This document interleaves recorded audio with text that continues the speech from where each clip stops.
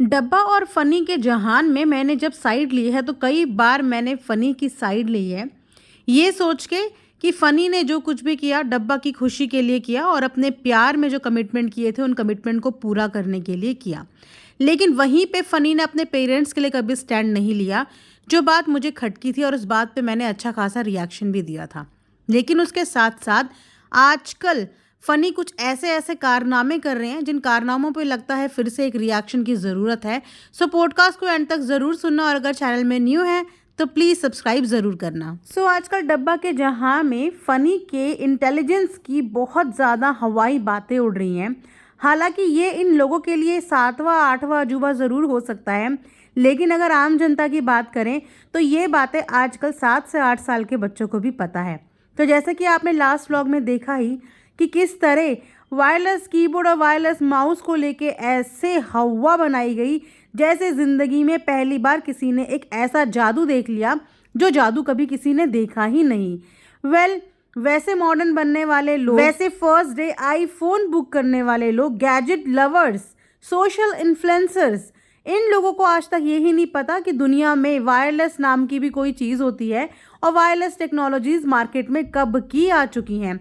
अगर हम आजकल फर्स्ट क्लास के बच्चे से भी पूछे ना तो उसको भी वायरलेस के बारे में भरपूर नॉलेज होगी कि किस किस तरीके की मार्केट में आजकल वायरलेस इलेक्ट्रॉनिक्स आइटम है।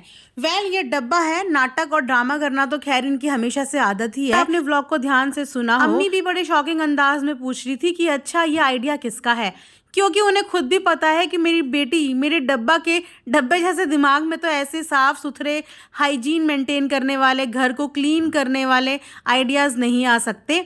तो वो फ़नी और उन दोनों की मिली भगत थी कि घर को और रूम को और एक कमरे को और अपने स्टोर को थोड़ा सा कबाड़ा उन्होंने निकाल के उसको थोड़ा सा साफ बनाने की कोशिश की।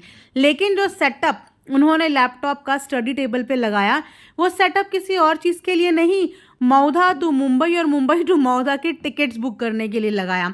क्योंकि डब्बा ने अपने मुंह से ये बोला कि टिकट बुक करने के लिए काम आ जाएगा ना, यहाँ पे टिकट बुक भी होती हैं। तो ऐसी कौन सी और कितनी टिकट होती हैं आपको तो पता ही है। मुझे लगता है कि डब्बा आने जाने का पूरा 1 साल का प्लान पहले ही कर लेती है और इसीलिए स्पेशल टिकट बुक करने के लिए उन्होंने फ़नी को एक टिकट काउंटर खुला के दे दिया है कि जब चाहे वो वहाँ से टिकट बुक करेंगे और जब चाहे वो वहाँ से टिकट कैंसिल करेंगे। खैर ये तो थी इनकी कुछ नौटंकियाँ। इसके अलावा जो मुझे सीरियस बात करनी है वो है इनके घर के बच्चों के रिगार्डिंग। जी हाँ, जब से शादी हुई है फ़नी का रूड बिहेवियर बच्चों के लिए देखने को मिला है। चाहे वो चीज़ों की खरीदारी हो, चाहे वो छोटी मोटी चीज़ें हो, वो बहुत ज़्यादा बॉसी बनने की कोशिश करते हैं बच्चों के ऊपर। इस तरीके का बिहेवियर तो कभी डब्बा के साइड से भी देखने को नहीं मिला, लेकिन सनी काफ़ी ज़्यादा बॉसी और काफ़ी ज़्यादा एटीट्यूड शो करते हैं बच्चों के लिए, जिसकी वजह से अगर आपने शक्ल देखी हो तो बच्चे भी उन्हें देख के कुछ खास खुश नहीं होते हैं। जब भी वो आते हैं हमेशा टिज़ा और टिहान एक कोना पकड़ के बैठ जाते हैं। इनफैक्ट टिहान तो लीस्ट इंटरेस्टेड नज़र आता है। वो जिस जगह सोफे पे बैठा होता है वो इतना भी बॉदर नहीं होता कि मैं उठ के बैठ जाऊं। जिस जगह लेटा होगा, जिस जगह पड़ा होगा, वो वहाँ से कभी भी उठता नहीं है। जनरली क्या होता है कि जब छोटे होते हैं हम, हमारे आगे कोई बड़ा आ जाता है तो हम अगर लेटे हुए हैं तो हम उठ के बैठ जाते हैं उनकी रिस्पेक्ट में, या अगर हमें पता होता है कि हमारे शूट हो रहा है, हम कैमरे में आने वाले हैं, तो हम प्रॉपर बैठ जाते हैं।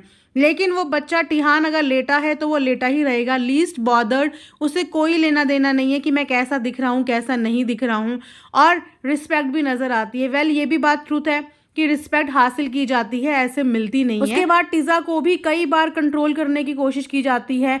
इनफैक्ट जब शूज़ की शॉपिंग हो रही थी टिहान की, तो उस समय पे भी फ़नी बहुत अजीब अजीब से फेसेस बना रहा था। हर्ष पपीज़ के शूज़ लेने के लिए वो लोग स्टोर पे गए थे, आउटलेट पे, और वहाँ पे जब वो शू ट्रायल कर रहा था तो फ़नी के चेहरे पे एक अलग ही एक्सप्रेशन थे, जैसे उन्हें पसंद ही ना हो। और वो बार बार खर्चे को लेके कई बार गिनाते भी हैं, और इस तरीके का गिनाना कभी भी डब्बा ने अपने बच्चों के साथ, अपने ही बच्चे समझो क्योंकि इतने टाइम से वो लोग उन्हें पाल रहे हैं, उनके साथ कभी नहीं दिखाया। लेकिन ये बिहेवियर फ़नी शो कर रहे हैं जो कहीं ना कहीं बच्चों को भी पसंद नहीं आ रहे हैं। इसीलिए जैसे बच्चों की पहले प्रेजेंस हुआ करती थी इनकी व्लॉगिंग में, एक इम्पॉर्टेंट कैरेक्टर और इम्पॉर्टेंट रोल होता था, अब बच्चे बहुत कम देखने को मिलते हैं, बहुत कम। ज़्यादातर या तो ये बाहर के ही व्लॉग शूट करते हैं या अपने और डब्बा का ही, फनी और डब्बा का ही व्लॉग होता है। बच्चों की उसमें ना के बराबर ही एंट्री हो गई है, क्योंकि बच्चों की फुटेज से इन्होंने जितना अर्न करना था पूरा चैनल खड़ा कर लिया।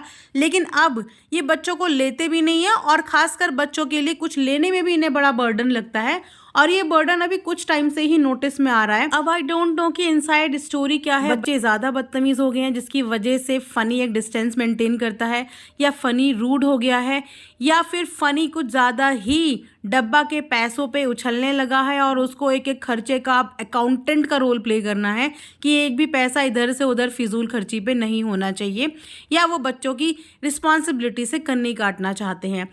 दोनों में से ही एक बात हो सकती है, लेकिन बच्चों के फ्यूचर के लिए ये आगे बहुत डिस्टर्बिंग होगा, क्योंकि प्राइमरी और सेकेंडरी और जूनियर क्लासेस की स्टडीज़ इतनी ज़्यादा कॉस्टली नहीं होती, वो हर कोई अफोर्ड कर सकता है। लेकिन higher education, higher study courses ये ज़्यादा कॉस्टली होते हैं, जो आगे बच्चों का फ्यूचर डिसाइड करते हैं। तो बेसिक एजुकेशन तो इन्होंने प्रोवाइड कर दी, लेकिन फर्दर एजुकेशन के लिए जिस तरीके का इनका रवैया चल रहा है, मुझे नहीं लगता कि आगे चल के फ़नी अलाउ करेंगे कि बच्चों के ऊपर कोई भी खर्चा किया जाए। तो उससे कहीं ना कहीं बच्चों के भविष्य के लिए तो एक बड़ी टेंशन वाली बात है। लेकिन जिन बच्चों को इन्होंने इतना ज़्यादा लग्जरियस बना दिया है, इतनी ज़्यादा लग्जरी प्रोवाइड करा करा के उनकी लाइफ इतनी ईजी कर दी है, अगर उन बच्चों से अचानक ये सब चीज़ें दूर हो जाएंगी तो उन बच्चों के लिए बहुत ज़्यादा प्रॉब्लम क्रिएट हो जाएगी।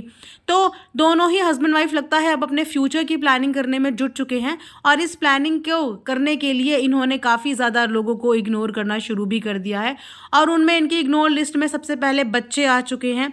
देखते हैं आगे की व्लॉगिंग में क्या देखने को मिलता है। क्योंकि जहाँ से डब्बा का बात करें तो डब्बा का सॉफ्ट कॉर्नर बच्चों के लिए बहुत ज़्यादा है, क्योंकि बचपन से वो बच्चे उसके साथ रहे हैं, तो वो कभी भी उनका दिल नहीं तोड़ती, उनकी ज़रूरत की चीज़ें बेधड़क होके और खुले दिल से उनको प्रोवाइड कराती है। लेकिन यहाँ पे ऑब्जेक्शन हो रहा है फ़नी को, क्योंकि वो कई दफ़ा टोकते हुए नज़र आए हैं। तो देखते हैं इनकी ये कहानी, इनकी ये स्टोरी आगे कहाँ तक जाती है। लव स्टोरी ये लोग शेयर करें ना करें, पर घर घर की कहानी ज़रूर शेयर करेंगे। सो ये था मेरा आज का एक छोटा सा रिएक्शन। आई होप आप लोगों को पसंद आया होगा। कमेंट सेक्शन में ज़रूर बताना कि आपको भी लगता नहीं कि फ़नी आजकल कुछ ज़्यादा ही पैसा बचाओ अभियान में जुट चुके हैं, और वो खर्चे किसी और के कम नहीं करवाते हैं, सिर्फ और सिर्फ घर के बच्चों के कम करवा रहे हैं। सो मिलते हैं नेक्स्ट वीडियो में, तब तक अपना ध्यान रखिए। Thanks for watching earth mom Dehradun.